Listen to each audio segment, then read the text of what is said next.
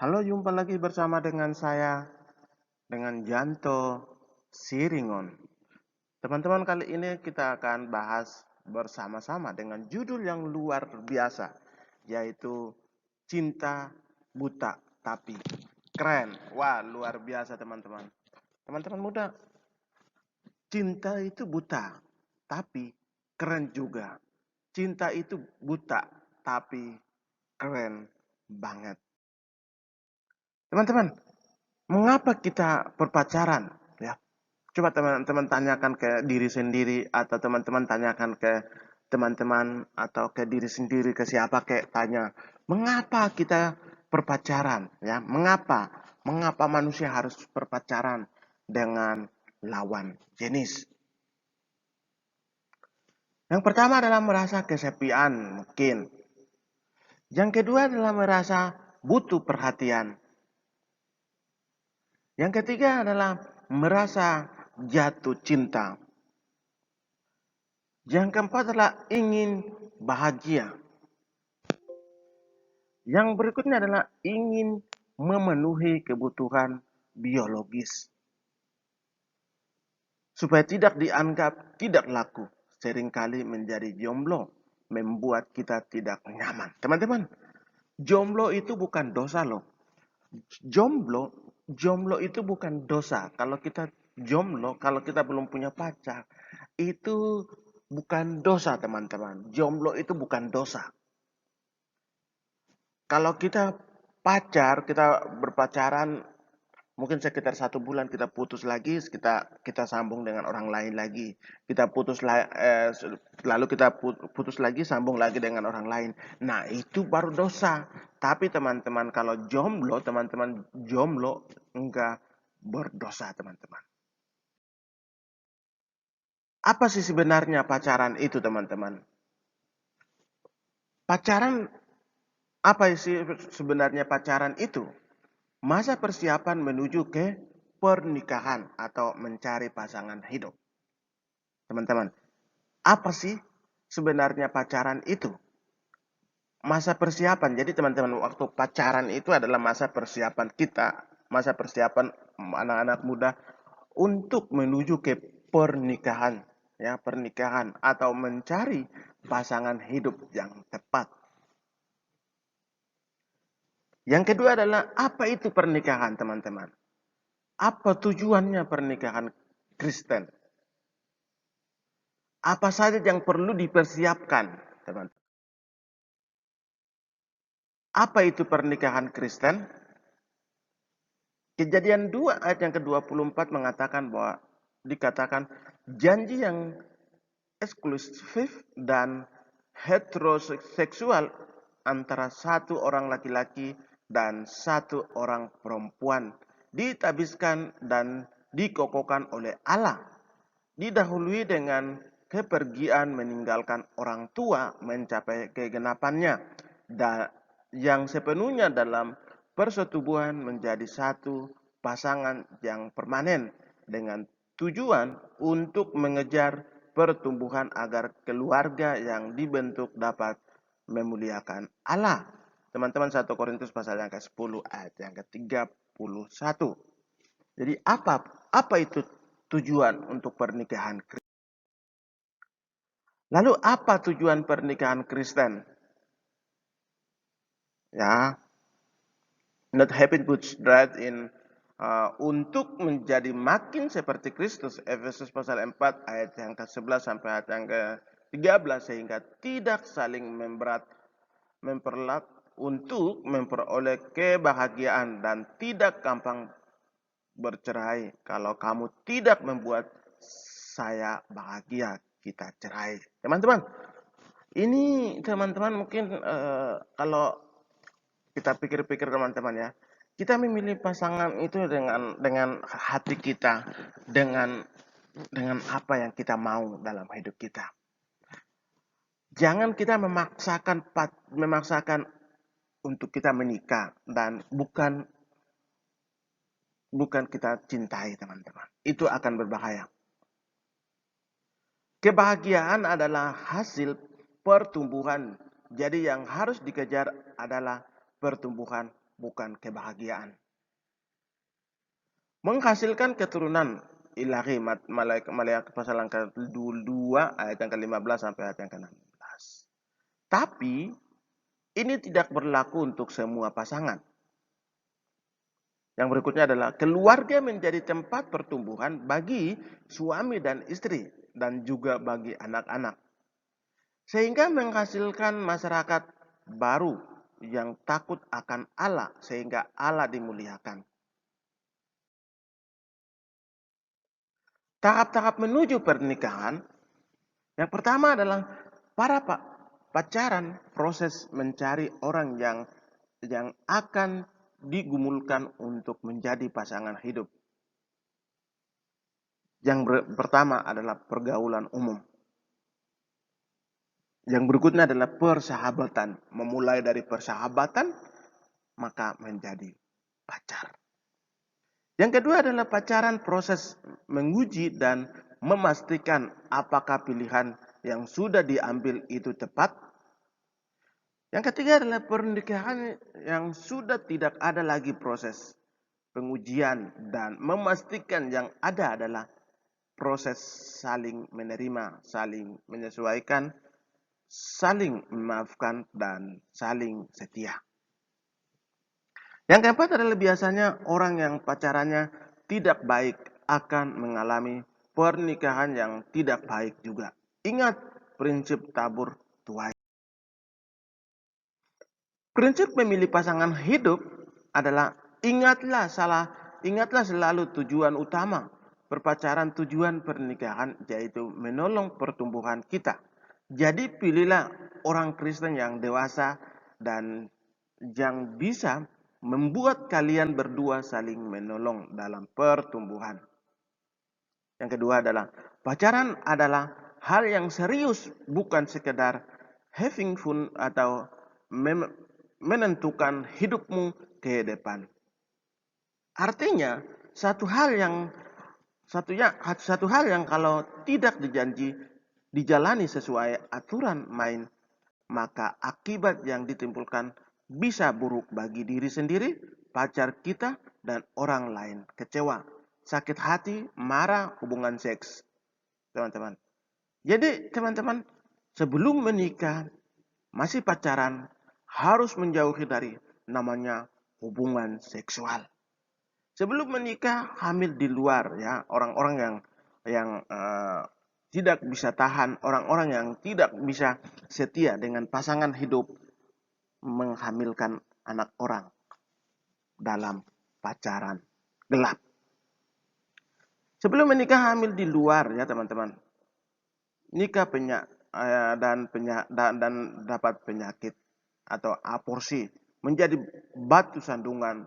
Akibatnya bisa takut menikah karena sakit hati atau karena sudah pernah melakukan hubungan seksual. Biasanya, prinsip memilih pasangan hidup yang benar adalah hubungan seks hanya untuk dua orang laki-laki dan perempuan yang terikat dalam pernikahan. Sekali lagi teman-teman, hubungan seks hanya untuk dua orang, yaitu laki-laki dan perempuan yang terikat dalam pernikahan. Hubungan seks itu adalah yang harus melakukan adalah mereka-mereka yang sudah menikah. Yang kedua adalah anak Tuhan seharusnya berpacaran dengan orang yang seiman dan bertumbuh di dalam iman. Yang ketiga adalah orang yang berpacaran dengan orang yang belum berpacaran cenderung akan menikah dengan orang yang belum berpacaran. Sesuatu yang nampaknya indah saat ini bisa saja hanya semua bukan yang sesungguhnya. Demikian sebaliknya. Terbuka untuk berteman dengan siapapun. Jangan tabu dengan sahabat. Tahap sebelum berpacaran adalah buatlah kriteria melalui doa dan nasihat. Miliki kriteria yang jelas tentang orang seperti apa yang cocok kita butuhkan sebagai pasangan hidup, berfungsi sebagai filter. Teman-teman, Berdoalah untuk orang yang kamu sukai.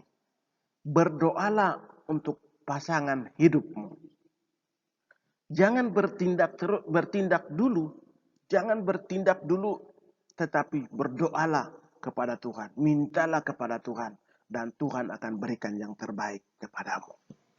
Mengapa penting seringkali pada waktu seseorang sedang jatuh cinta, perasaan atau emosi sangat mendominasi, tidak bisa makan, tidur, dan lain-lain. Akal sehat cenderung kurang bisa berfungsi dengan baik. Sehingga sebaiknya jauh-jauh dari sebelum saat itu, tiba kita sudah mengumulkan kriteria dalam kondisi yang tenang dan objektif. Gumulkan baik-baik secara pribadi di hadapan Tuhan melalui doa, puasa, dan lain-lain. Termasuk dengan meminta masukan dari orang yang lebih dewasa dari secara rohani. Perasaan tertarik yang amat kuat akan mendorong kita untuk segera melakukan pendekatan. Apalagi kalau ada saingan, kita bisa sangat subjektif sehingga seolah-olah kita selalu memberi lampu hijau, padahal sebenarnya tidak. Bagaimana menyusun kriteria, teman-teman? Cukup mengenal diri dengan baik. Sekali lagi, cukup kita mengenal dirinya dengan baik, sehingga kita tahu seperti apa yang kita butuhkan.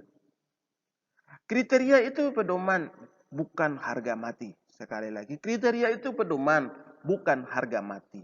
Sehingga jika kita menemukan orang yang memenuhi kriteria 75% dari kriteria kita, tidak perlu langsung ditolak. Kriteria rohani adalah mengasihi Allah. Teman-teman, pacarilah orang yang takut akan Tuhan. Pacarilah dengan orang yang berharap kepada Tuhan. Yang kedua adalah punya visi yang jelas di dalam keluargamu.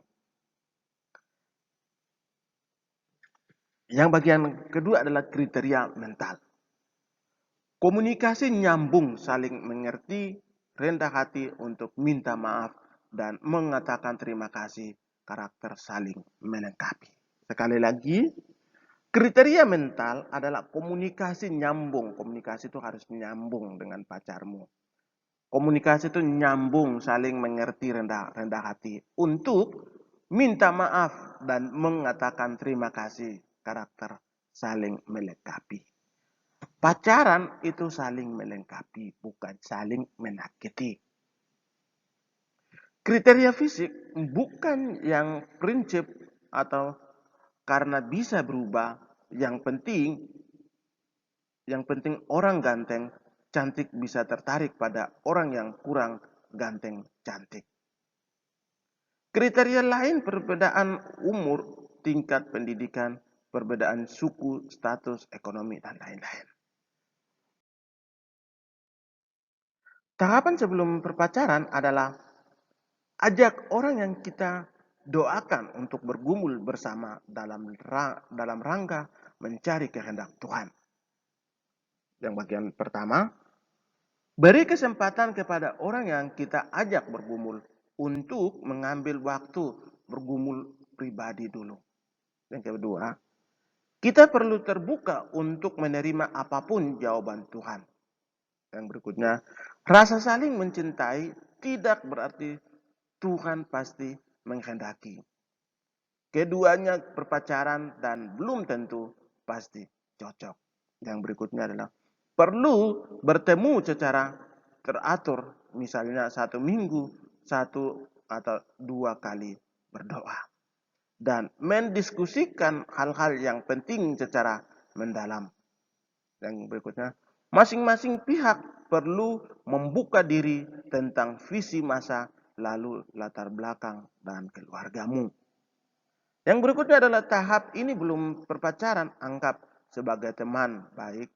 Tidak perlu artinya batasi untuk keluar bersama kalau ada yang bertanya, bilang aja teman baik atau sedang bergumul bersama, belum pacaran. Tahap sebelum berpacaran, ambil keputusan berdasarkan pimpinan Tuhan dan apa yang terjadi selama masa pergumulan bersama. Dasar pertimbangan KPDT, akal sehat, kesesuaian dengan kriteria pendapat atau orang lain yang lebih dewasa secara rohani. Ada resiko dan ada keterbatasan untuk benar-benar mengetahui kehendak Tuhan dengan tepat, sehingga merupakan langkah iman sisanya diuji dalam masa pacaran. Keputusan yang tidak ambil waktu bergumul bersama lagi. Bila keputusannya berpacaran, maka proses mencari kehendak Tuhan harus terus-menerus dilakukan. Artinya perlu terus diuji dan ada keterbukaan untuk putus. Masa pacaran. Masa adaptasi di mana dua orang yang berbeda latar belakang, temperamen, karakter, nilai-nilai hidup, hobi, dan lain-lain sedang mempersiapkan diri untuk hidup bersama dalam ikatan pernikahan. Tujuan dari masa adaptasi ini adalah untuk menyamakan persepsi dalam hal-hal yang prinsip.